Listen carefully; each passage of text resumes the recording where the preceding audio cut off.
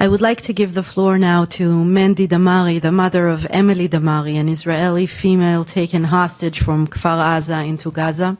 I want to thank you for coming here. I know how difficult it is for you, the family members, to speak and to come here, and I truly appreciate it. And please, Mandy. Can you hear me? Hi, thank you for all being here today. I've been listening to people talk, and I'm really in awe of some of the people here.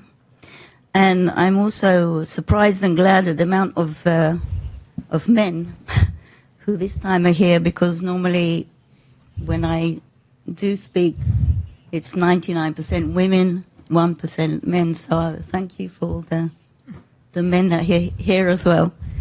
The subject of gender-based violence as a weapon of war is so important and needs to be discussed openly in as many platforms as possible.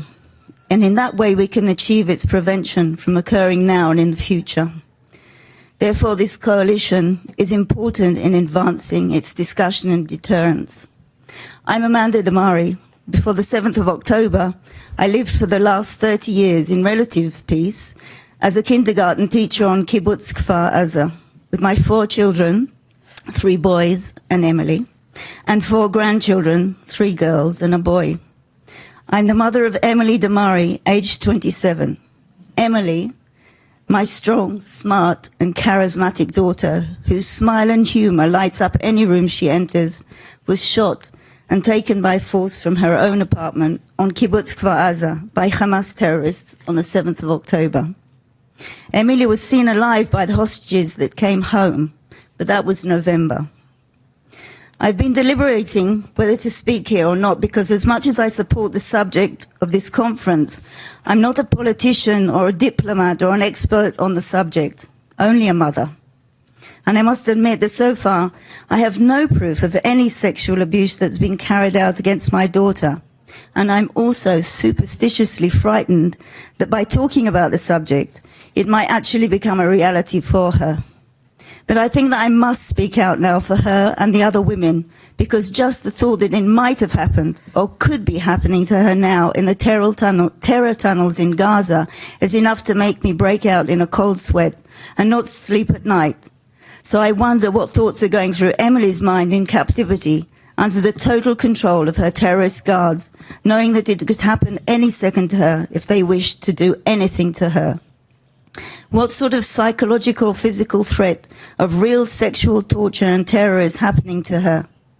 I'm not a psychologist, but I know enough to realize that what she's going through now will never be erased from her memory. And what sort of world is it when, after being presented so many times with the truth of sexual torture that happened on the 7th of October and continued afterwards to many of the young women in Hamas captivity, people, particularly women, all over the world aren't crying out for women hostages' immediate release, for Emily's release. Despite the brave efforts of witnesses like Amit Susna, their plight is being ignored. It's written about in the newspapers and forgotten about by most people 2 days later. Hamas isn't the first to use this method of torture. The exact same thing has been happening for years in so many conflict zones. I met an ambassador for Sierra Leone in Kfar Aza, and he said he'd come to see what happened there because the same thing had happened to his family in Freetown. That happened in Freetown in the 1990s, more than 30 years ago, and yet apparently no progress has been made in stamping out this atrocity.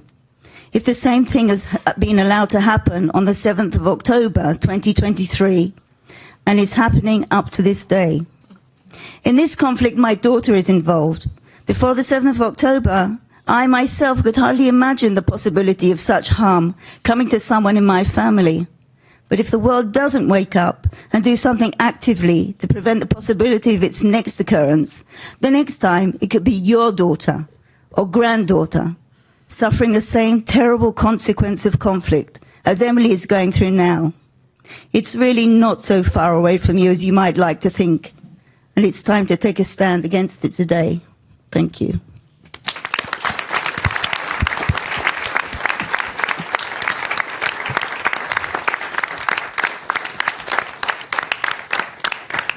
Thank you, Amanda. You know, we spoke yesterday and you were deliberating, as you said, if you want to come and speak or not. And I'm so happy that you decided to speak because your words are so meaningful and they touched us all. And I thank you for the courage that you showed. And you're not just a mother. A mother is a lot and everything. So thank you so much.